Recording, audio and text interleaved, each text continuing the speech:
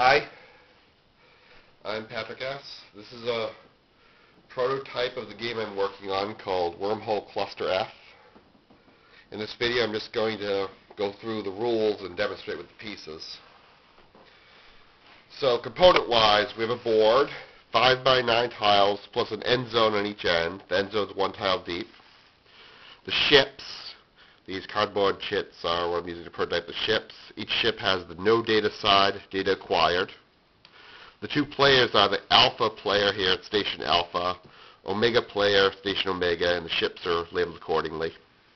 With real pieces, the alpha ships will probably be white and the omega will be black. And there are tiles which go onto the board. They have numbers on them. Each tile has a number from 1 to 4. And some of them are straight tiles and some of them are diagonal tiles. And a piece can go on the board. You can turn it 90 degrees, but you can't turn it 45 degrees. So the straights and diagonals are different from each other.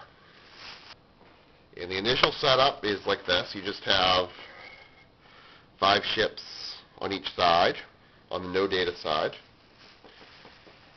And to play the game, you take turns. Alpha goes first. You alternate until either the bag runs out of tiles, there's 64 tiles, or until one player reaches 6 points, which immediately wins the game. Depending on your play styles, that might or might not be likely to happen. On a turn, a player first draws a tile from the bag and reveals it. The tile doesn't get played until the end of the turn, but you look at your tile first to help inform your move. Then you move a piece. You can optionally move a ship. You don't have to, but usually you do. This is adjacent to all 5 of the squares next to it, so you can move from here to here, or from here to here, or whatever. These ships are just in space. And from here you can move into here. And your initial move can't be diagonal. You can't do just that. You move 1 space, and if you don't land on a tile, that's your whole move. If you land on another ship, you ram it, the other ship goes back to its station, and if the other ship had data, it loses the data when it does. Effectively, you're destroying the ship and it's respawning.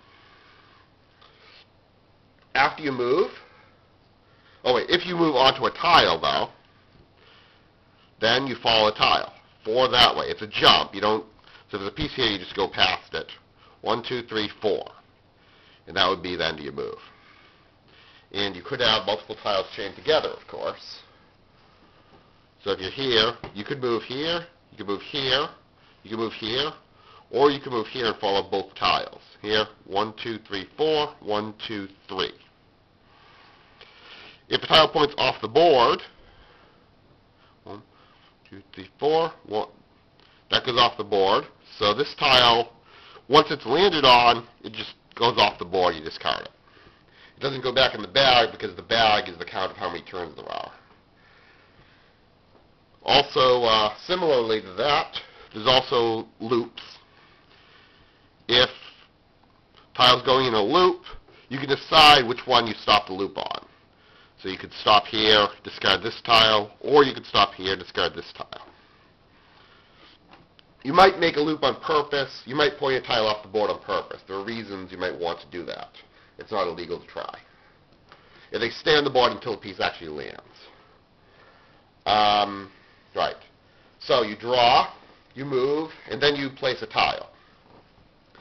You never place onto a station. If there's a ship on the board, you can't place onto where the ship is.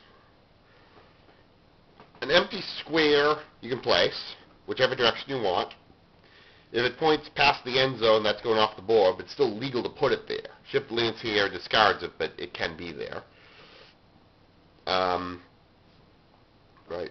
So like if you get a 4, you probably, like in particular, if you get a 4 diagonal, you probably want to place it on the edges of the board, because anywhere else it'll always be pointing off the board.